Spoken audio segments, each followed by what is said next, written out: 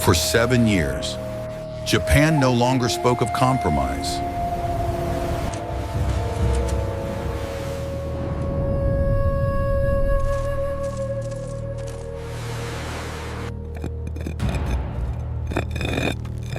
Only the sound of stone striking stone, the rasp of rope tightening against skin, and night watches longer than the seasons.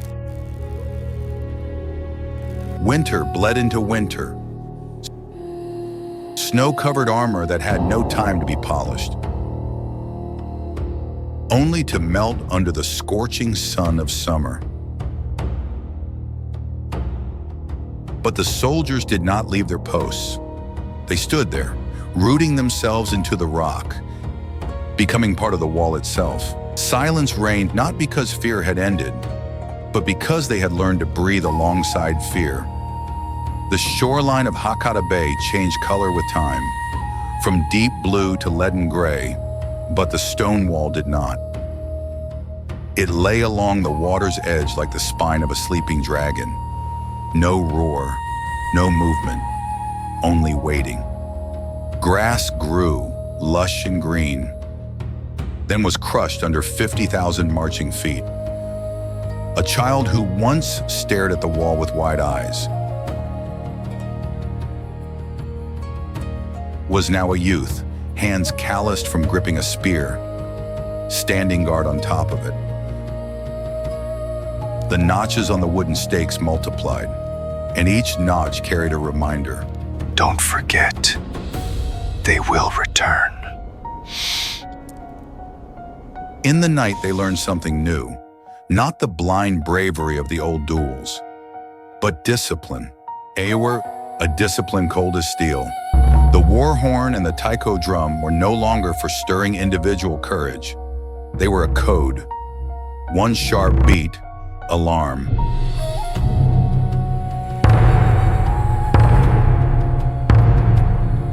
Two rolling beats, change positions. Three thunderous beats, seal the bay.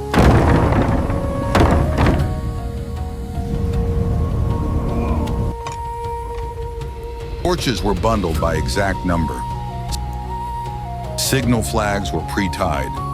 As if a single second of hesitation, a single missed blink, Ira was enough to trade for the life of an entire clan. The old commander, a long scar running down his neck, spoke low but hard as granite. There are no heroes in the dark. Only the awake survive. And the line answered, not with a battle cry, but with a whisper as clean as a bolt sliding home. Understood. Then they changed the way they fought, a painful shift for the proud samurai class. No more grand introductions before battle. No more charging out like a lone arrow seeking personal glory.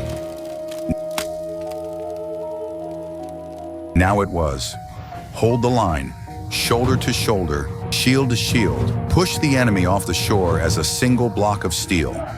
Ugly, crude things began to appear on the sacred beaches. Sharpened bamboo stakes, bindings made of hemp.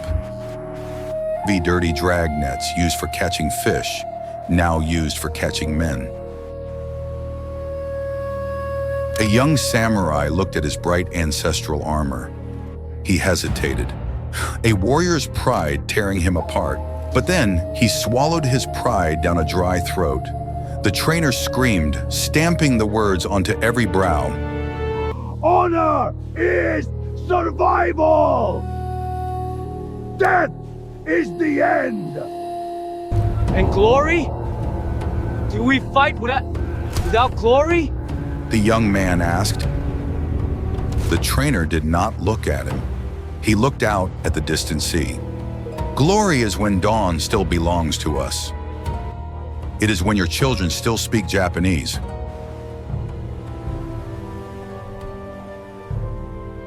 On the pitch-black night water, another tactic was drilled until it became a reflex. Small boats, kusaribane, slid like water beetles. Light, low, silent.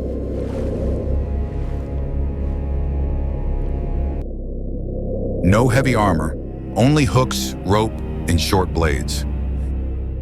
Not to flaunt strength, but to flaunt lethal precision. Close in! Hook the hole! Now! Close the distance! Climb halfway up! Then slip back like a breath, vanishing into the mist. From the shore, a signal flame blinked exactly once. Confirmed.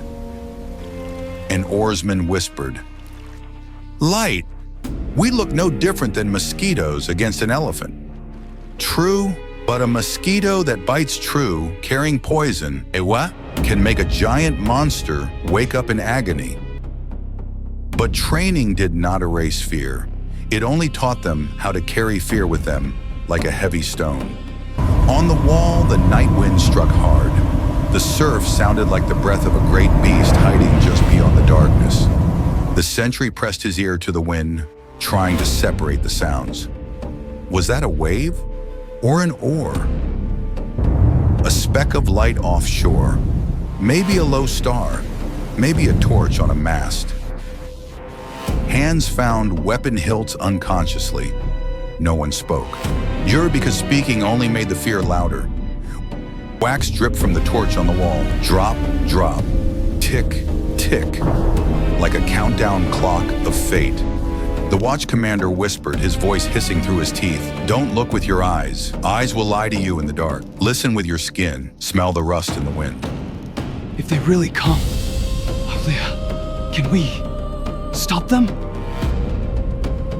The commander answered, eyes never leaving the horizon. If they come, then we are already here. That is all that matters. Elsewhere, deep in the Kamakura residency, a bare room, minimal to the point of austerity. Hojo Tokimune jolted awake. Cold sweat soaked his back. His hand found his armor by instinct, like a drowning man finding a log. Shadows from the window bars fell across his face like prison bars, trapping him in this duty.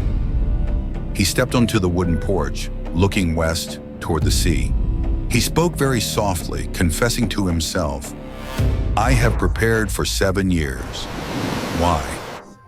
Does it still feel like not enough? He gripped the railing, in the wood groaning. But I am not allowed to fall short. Japan has nowhere to retreat. And then, the faded dawn arrived. The sea was unnaturally flat, like a sheet of paper reflecting the gray sky. A silence so deep it was terrifying. The sentry on the wall rubbed his eyes. He blinked rapidly. The water line, it had pulled back far into the distance, as if the ocean was dragged away by a giant, invisible hand. Fishing boats leaned on the dark mud. Fish and crabs flapped helplessly in shallow pools, making dry splashing sounds. The smell of mud, salt, and death rose thick in the air. We were trapped between two breaths of the ocean. No wind, no waves. The whole bay felt muted. An old fisherman, hand trembling, pointed out to sea, his voice breaking the silence. The sea, no, it's gone. A veteran guard did not take his eyes off the exposed mud, sweat beading on his forehead. Flat? No, it didn't disappear. It is pulling back to gather force for a killing blow. Then every gaze from fisherman to sentry, from general to peasant, fixed on the horizon. Out of the emptiness, a thin black stroke appeared, cutting the sky from the water. It thickened. It spread. It became a solid black line. Then from that line, thousands of sharp spikes grew, a forest of masts. Distant war drums carried across the water, hitting the chest of every Japanese soldier. They did not need to see the enemy's faces. Only the scale, that massive shadow swallowing the morning light, was enough to freeze the blood in their hearts. The sentry raised the horn to his lips and blew with all his life. Signal fires flared on the towers, one after another. running down the coast like a waking dragon, exactly the code they had practiced for 7 long years. Tokimune stood on the highest wall. The wind began to rise, whipping his robes. This time he did not turn to the meditation room. He asked neither Buddha nor the void. The watch commander beside him, choking on his own voice, counted hopelessly.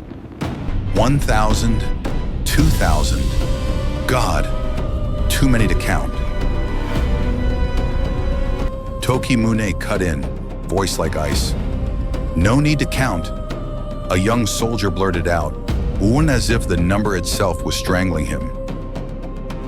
4,000. The horizon had vanished, replaced by a forest of dark red sails. 4,400 ships, a floating city carrying death. The sea went silent. The whole world seemed to hold its breath before the storm of history found its voice.